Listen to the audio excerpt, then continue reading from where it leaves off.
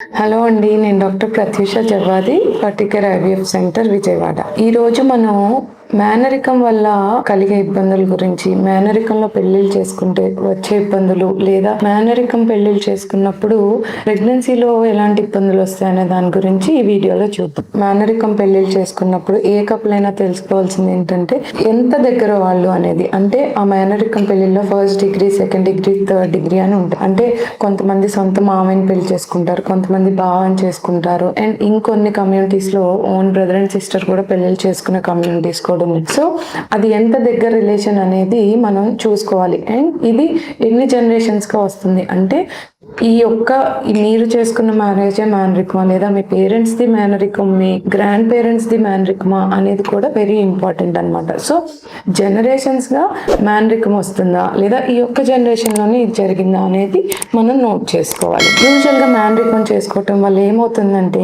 మనకి పిండం ఏర్పడేటప్పుడు కానీ, లేదా ఎగ్ స్పర్మ్ కలిసినప్పుడు ఏమవుతుందంటే ఆ డిఎన్ఏ స్ట్రక్చర్ లో చేంజెస్ అనేది వచ్చే ఛాన్స్ ఉంటుంది. మ్యూటేషన్స్ రావడానికి ఎక్కువ ఛాన్స్ ఉంటుంది మేనరికం ఉండే వాళ్ళలో. ఆ మ్యూటేషన్స్ వల్ల ఆ ఫామ్ అయ్యే ఎంబ్రియోలో క్రోమోజోమ్స్ అనేవి కరెక్ట్ గా ఏర్పడకపోవటం, లేదా ఎక్కువ ఏర్పడటం, కొన్ని తక్కువ ఏర్పడటం, ఇలాంటివి జరుగుతూ ఉంటాయి. వీటి వలన ఎక్కువ అబార్షన్స్ అవటం, లేదా అంగవైకల్యాలు ఉన్న పిల్లలు పుట్టడం, లేదా కన్ను, ముక్కు వంకర, ఇలాంటివి యూజువల్ గా మేనరికం వల్ల మనం చూస్తూ ఉంటాం. సో ఈ మేనరికం చేసుకున్న ప్రతి ఒక్కరిలో ఇలా ఉంటుందంటే ప్రతి ఒక్కరిలో ఇలా ఉండదు.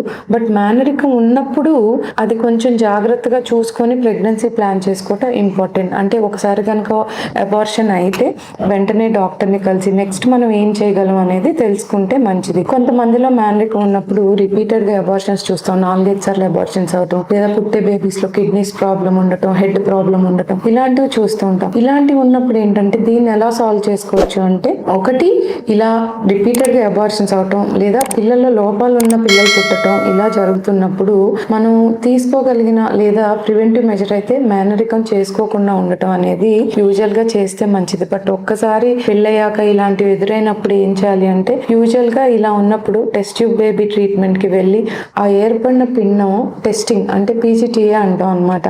అంటే నెంబర్ ఆఫ్ క్రోమోజోమ్స్ అన్ని కరెక్ట్ గా ఉన్నాయా లేదా అనేది మనకు ఆ టెస్టింగ్ లో తెలుస్తుంది. ఆ టెస్టింగ్ ద్వారా చేయించుకొని ఆ ఎంబ్రియో నార్మల్ అని తెలుసుకున్నాక ఆ పిండం కనుక మనం పెట్టించుకుంటే అప్పుడు ఇలా కాంప్లికేషన్స్ అవ్వకుండా హెల్దీగా బేబీస్ పుట్టే ఛాన్స్ ఉంటుంది. అండ్ మేనరికం ఉన్న వాళ్ళలో యూజువల్ గా చాలా మంది అబార్షన్స్ అయినా కూడా డాక్టర్ ని త్వరగా కన్సల్ట్ అవ్వరు. న్యాచురల్ గా ప్రెగ్నెన్సీ వస్తుంది కదా, అదే వస్తుంది, బాగుంటుంది అని అనుకుంటారు.